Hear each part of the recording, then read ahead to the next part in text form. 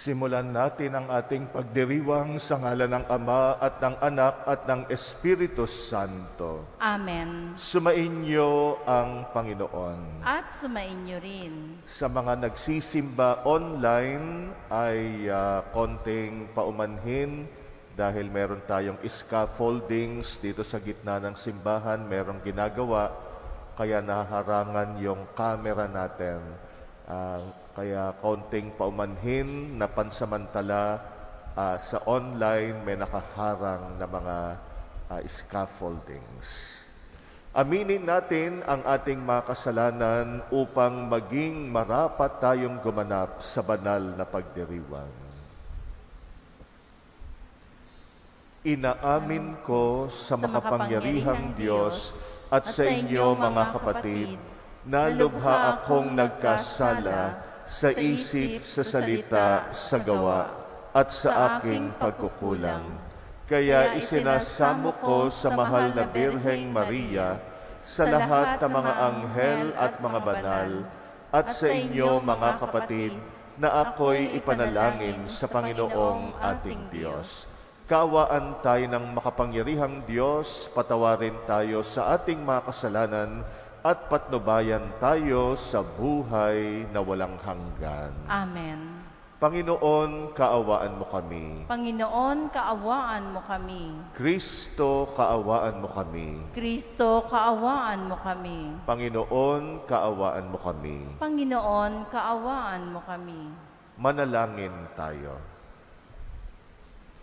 Ama naming makapangyarihan, idulot mong ika'y makapiling ng iyong angkan, at loobin mong sa pananampalatayang iyong bigay, kami makasalo sa muling pagkabuhay ng iyong anak na pinakamamahal. Sa pamagitan niya, kasama ng Espiritu Santo, magpasawalang hanggan. Amen.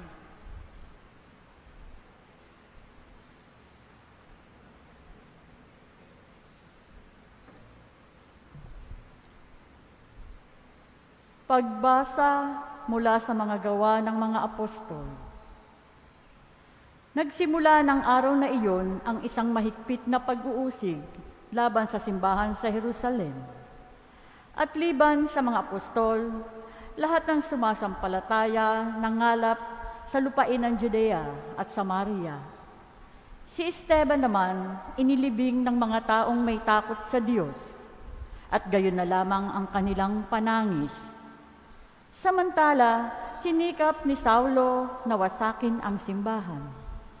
Pinapasok niya ang bahay-bahay at kinakaladkad ang mga sumasampalataya at ibinibilanggo, maging lalaki, maging babae. Nangalat ang mga mananampalataya at saan man sila makarating ay ipinangangaral nila ang salita. Nagpunta si Felipe sa isang lungsod ng Samaria at ipinangaral doon ang Mesiyas. Nang mabalitaan ng mga tao at makita ang mga kababalaghang ginagawa niya, pinakinggan nilang mabuti ang sinasabi niya, sapagkat ang masasamang espiritu ay umaalis sa mga taong inaalihan nito at sumisigaw habang lumalabas. Maraming lumpo at mga pilay ang napagaling, kaya't nagkaroon ng malaking kagalakan sa lungsod na iyon. Ang salita ng Diyos. Salamat sa Diyos. Sang kalupaang nilalang, galak sa puoy isigaw. Sang kalupaang nilalang, galak sa puoy isigaw. Sumigaw sa galak ang mga nilalang, at purihin ng Diyos na may kagalakan. Wagas na pagpuri sa Kanya'y ibigay. Ito ang sabihin sa Diyos na dakila, ang mga gawa mo'y kahanga-hanga. Sang kalupaang nilalang, galak sa puoy isigaw. Ang lahat sa lupa ika'y sinasamba, awit ng papuri, iyaoy kinakanta. Ang iyong pangalan pinupuri nila, ang ginawa ng Diyos, lapit at pagmasdan, ang kahahangang ginawa sa tanan. Sang kalupaang nilalang, galak sa puoy isigaw. Naging tuyong lupa kahit yaong tubig, at ang nuno natin doon tumawid.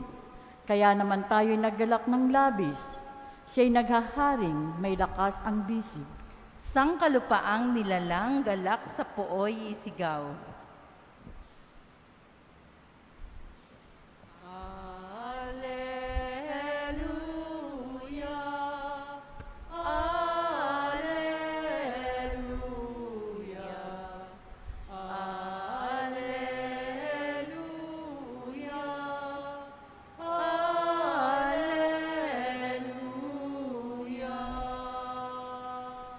Mabuhay na totoo ang lahat ng mga tao na nanalig kay Kristo.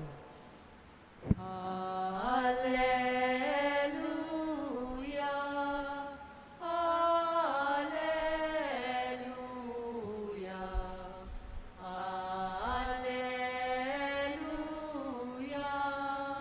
Hallelujah!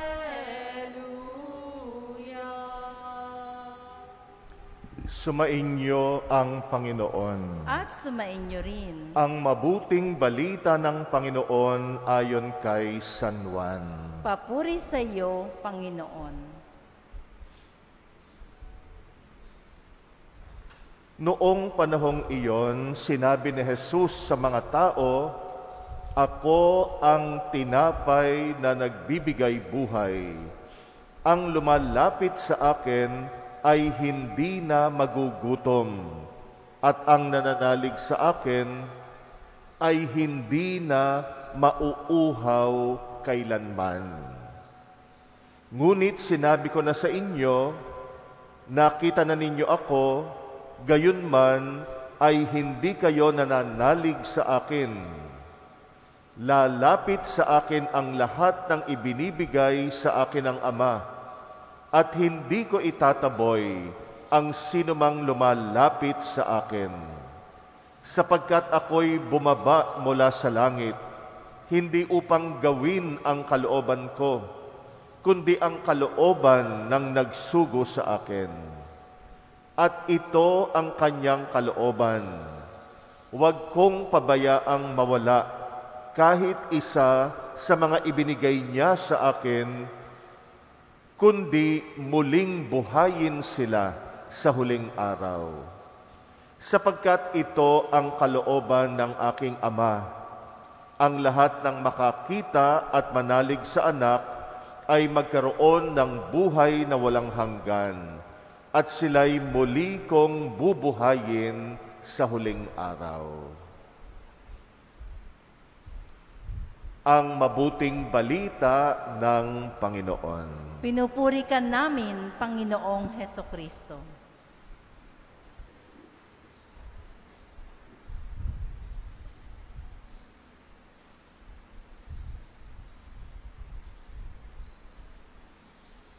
Sa unang pagbasa natin ay salaysay kung paano ipinagtatabuyan ang mga unang Kristiyano sa pangunguna ni Saulo. Si Saulo, siya rin si Pablo, si San Pablo. Noong una, si San Pablo ay taga-usig ng simbahan. Nangunguna siya sa pagtataboy sa mga unang Kristiyano, mga unang tagasunod ng Panginoon.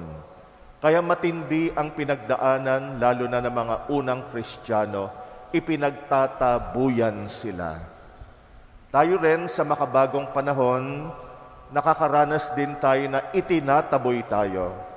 Lalo na kapag pinaninindigan natin yung ating pananampalataya. Pagka gumawa ka ng mabuti at pinanindigan mo ang maging matuwid, humanda ka na uusigin ka. Dahil kung hindi ka nakikisama ngayon, itataboy ka. Lalo na yung pakikisama sa masama. Kaya yung paggawa ng masama, halimbawa katiwalian, ito ay ginagawa na halos ng lahat. Sistema na ng buhay ngayon. Kaya pag hindi ka nakisama, pinanindigan mo, magiging honest ako dahil ako'y alagad ni Kristo, humanda ka rin na itataboy ka. You will be rejected. nararanasan maging ng mga makabagong Kristiyano.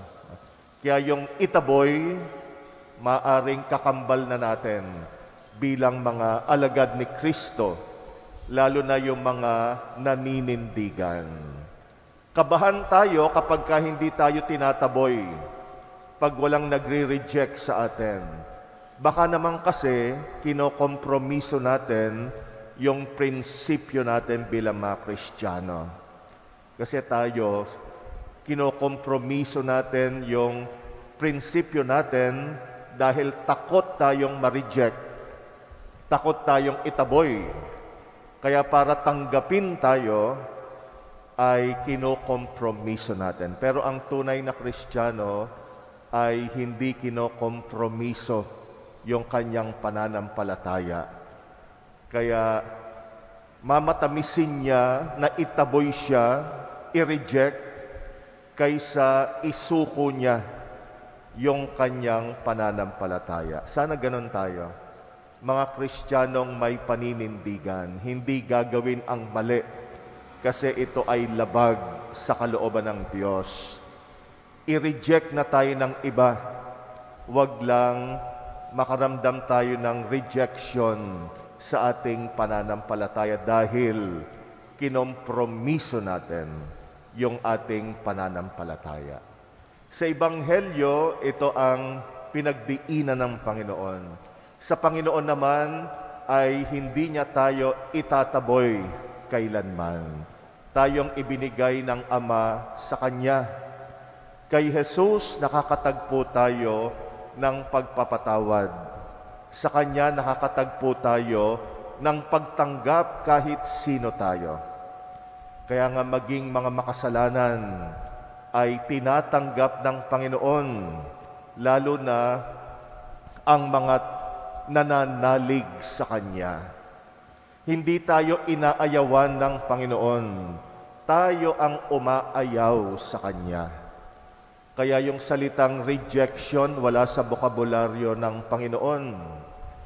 Nung sandaling iwan natin siya dahil gusto nating magkasala, ang Panginoon nagsimula na ring hintayin ang ating pagbabalik.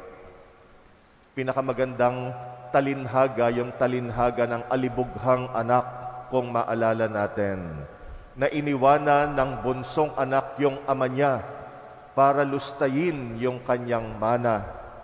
At nung sandaling lumayas yung bunsong anak, tayo yon, kapag ka inaayawan natin ang Panginoon, ang ama nagsimula ng hintayin ang pagbabalik ng kanyang anak. Yung rejection hindi naramdaman ng Diyos kahit nung sandali na pinagtaksilan natin siya. Hihintayin niya ang ating pagbabalik.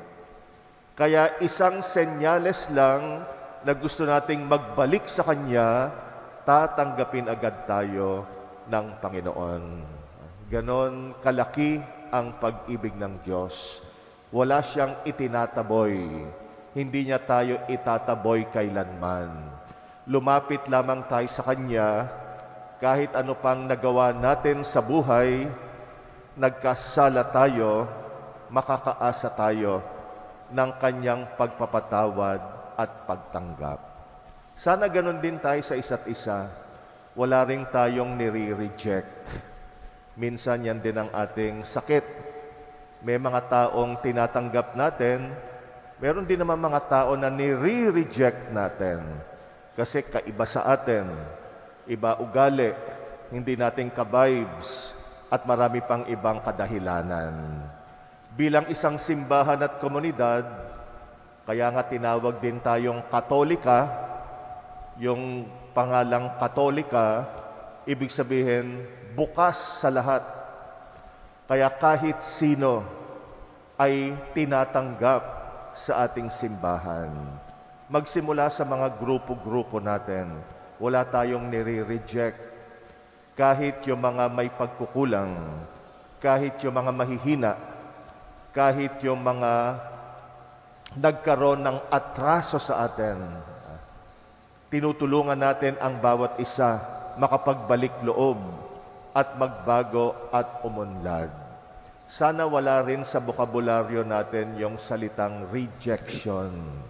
Dahil ang Panginoon, laging acceptance ang inaalok sa atin. Kailanman hindi tayo itinaboy ng Panginoon. Huwag rin tayong magtaboy ng sinuman.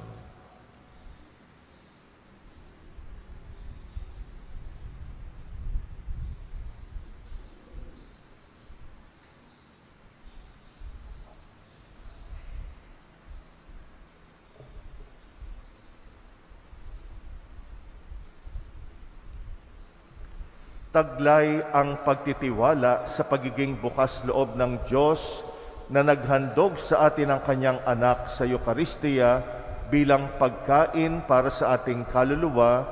Ilapit natin sa Kanya ang ating mga pangangailangan. Ating itutugon, Panginoon, dinggin mo ang aming panalangin. Panginoon, dinggin mo ang aming panalangin.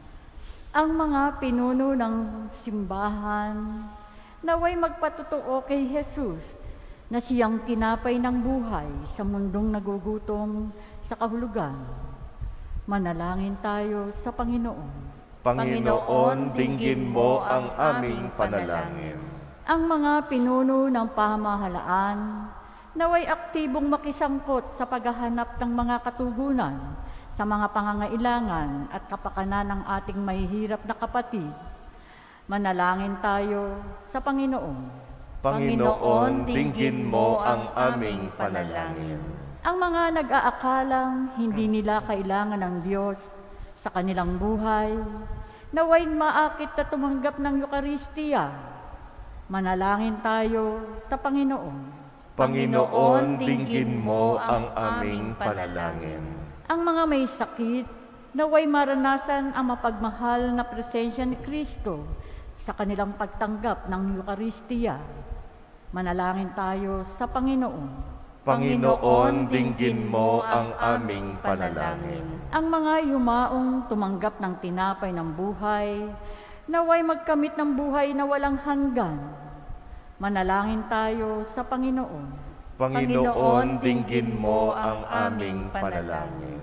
Tahimik nating ipanalangin ang mga personal nating kahilingan. Ipagdasal natin ang mga kapatid nating humihiling at nangangailangan ng ating dasal, lalo na ang mga may sakit, nasa bingit ng kamatayan, at may mga pinagdaraanang mabigat sa buhay. Ipagdasal din natin ang mga nagpapamisa nating mga kapatid. Itaas natin sa Diyos ang kanilang intensyon. Tahimik natin itong ipanalangin.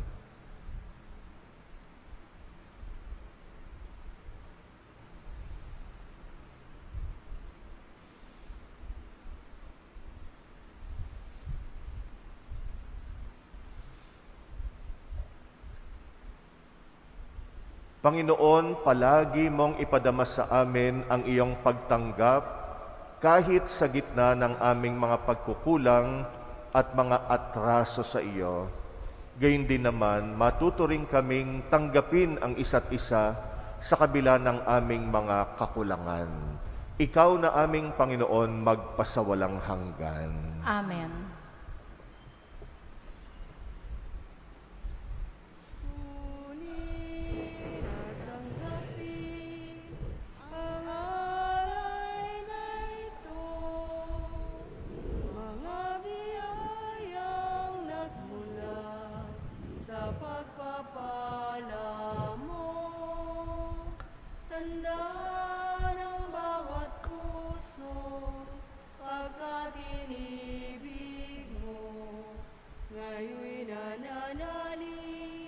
Nagmamahal sa'yo,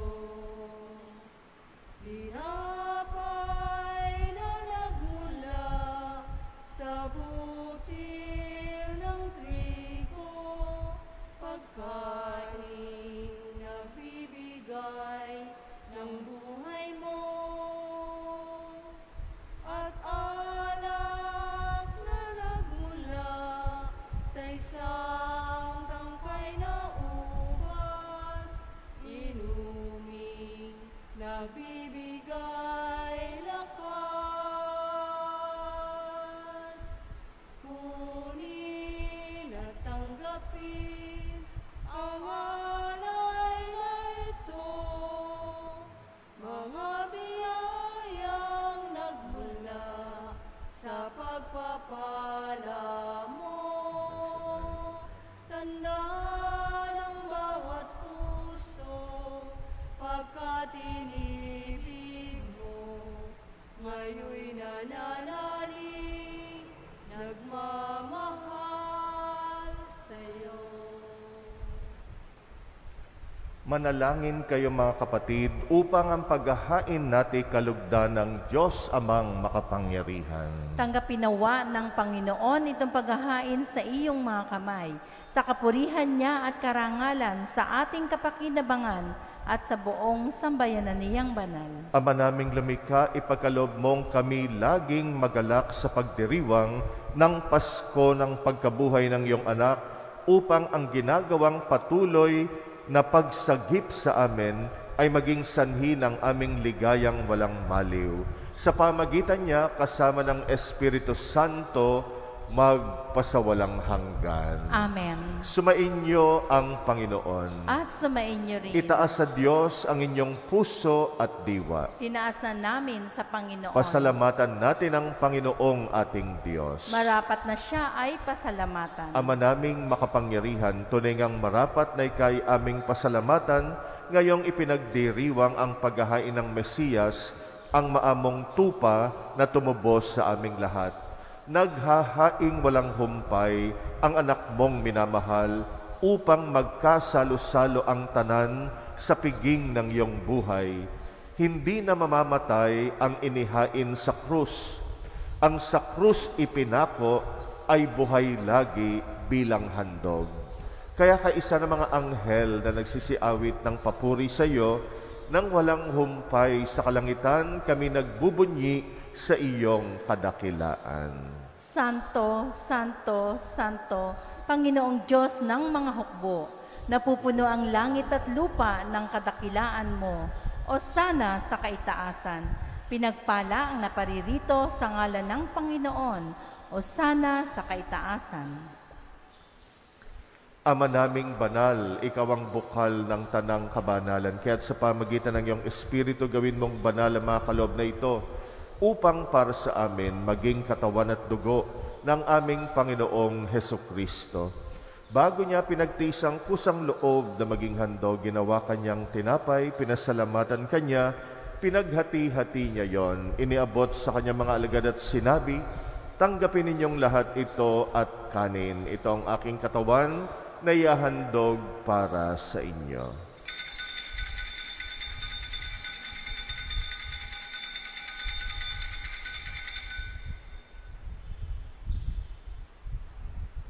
Gayon din naman, nung matapos ang hapunan, hinawakan niya ang kalis, muli kanyang pinasalamatan. Iniabot niyang kalis sa kanyang mga alagad at sinabi, tanggapin ninyong lahat ito at inumin, ito ang kalis ng aking dugo, ng bagot walang hanggang tipan, ang aking dugo na ibubuhos para sa inyo at para sa lahat, sa kapagpapatawad na mga kasalanan. Gawin ninyo ito sa pag-alala sa akin.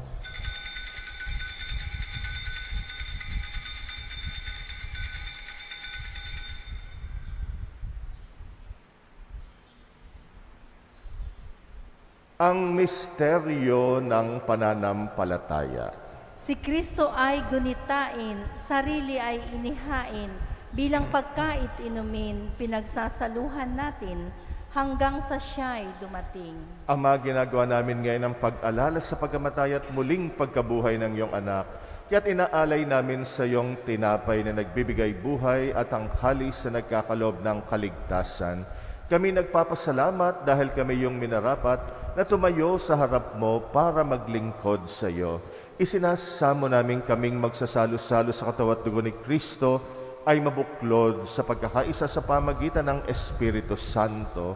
Amalingapin mong iyong simbahang laganap sa mong daigdig, puspusin mo kami sa pag-ibig kaysa ni Francisco na aming Papa at ni Jose na aming Obispo at ng Tanang Kaparian. Alalahanin mo rin ang mga kapatid naming nahimlay na may pag-asang sila'y muling mabubuhay, gayon din ang lahat ng mga pumanaw, kawaan mo sila't patuloyin sa iyong kaliwanagan.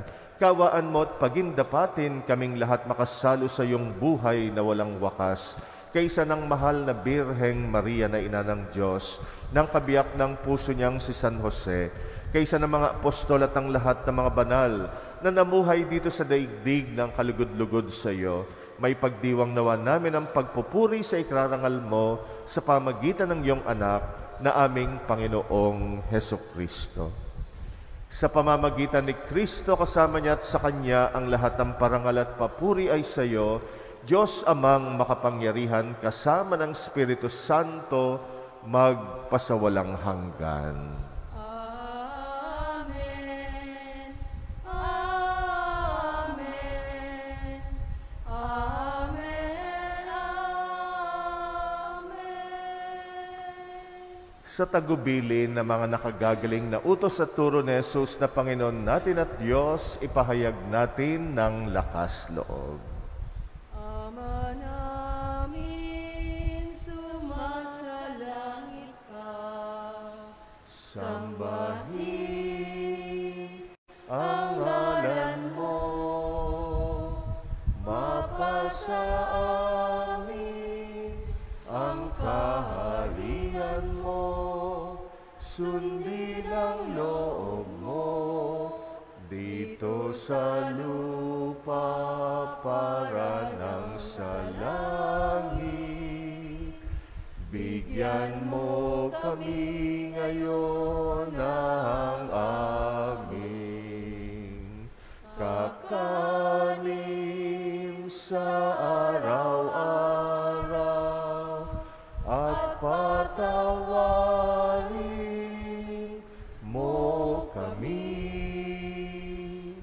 sa aming mga sala, para ng pagpapatawad namin sa nagkakasala sa amin, at huwag mo kaming ipahintulot sa tukso, at yadya mo kami sa lahat ng masama.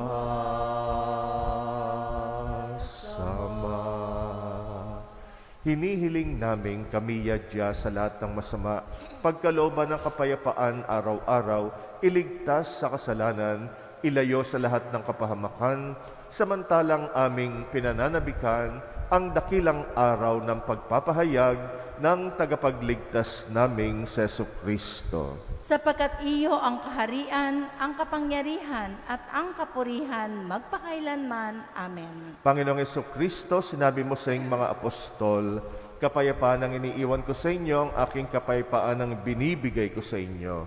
Tunghayan mo ang aming pananampalataya, wag ang aming pagkakasala, pagkalooban mo kami ng kapayapaan at pagkakaisa ayon sa iyong kalooban, kasama ng Espiritu Santo, magpasawalang hanggan. Amen. Ang kapayapaan ng Panginoon ay laging sumainyo. At sumainyo rin. Magbigayan kayo ng kapayapaan sa isa't isa. Peace be with you.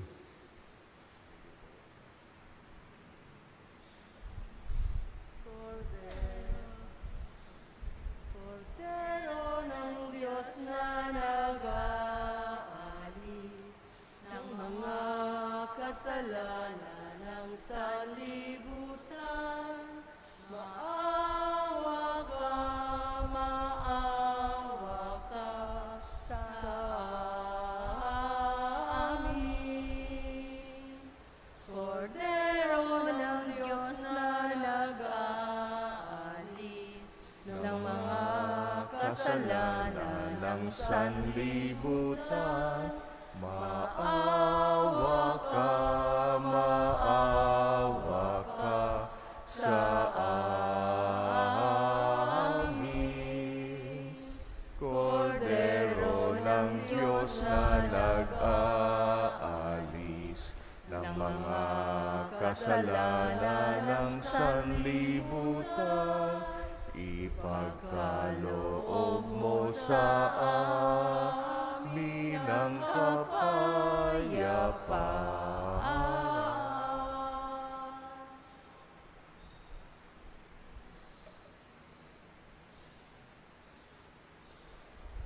Narito ang kordero ng Diyos na nag-aalis ng mga kasalanan ng sanlibutan, mapalad ang mga inaanyayahan sa kanyang piging. Panginoon, hindi ako karapat-dapat na magpatuloy sa iyo, ngunit sa isang salita mo lamang ay gagaling na ako.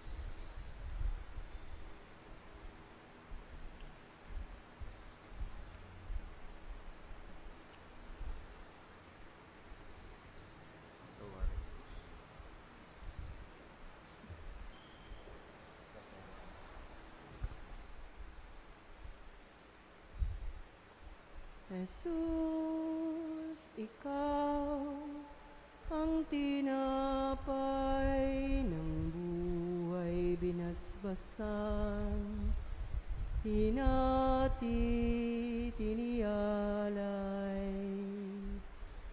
buhay na ganap ang sa aming kaloob at pagsasalong walang hanggan. Basbasan ang buhay naming handog, naway matulad sa pag-aalay mo. Buhay na naanang lubos sa mundong sa pag-ibig ay kapos. Ikaw, Jesus, ang tinapay ng buhay binasbasan, hinati tiniyalay, buhay na ganap ang sa aming kaloob at pagsasalong walang hanggan, at pagsasalong walang hanggan.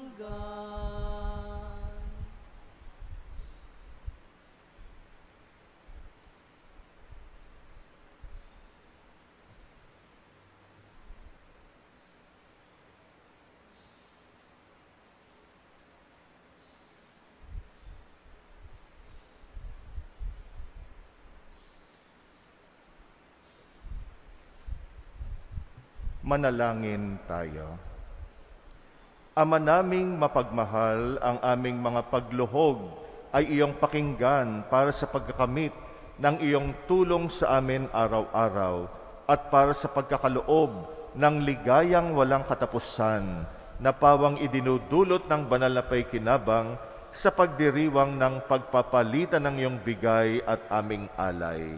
Sa pamagitan ng Jesucristo kasama ng Espiritu Santo, magpasawalang hanggan. Amen. Muli, paumanhin sa scaffoldings natin na nasa gitna, nililinis po natin yung ating ceiling at yung malaking electric fan at inaayos konti yung mga konting sira-sira, kaya pansamantala lamang yung ating scaffoldings.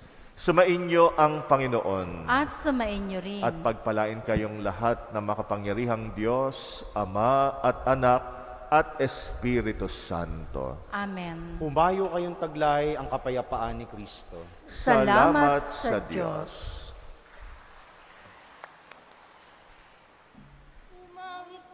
sama-sama magpasalamat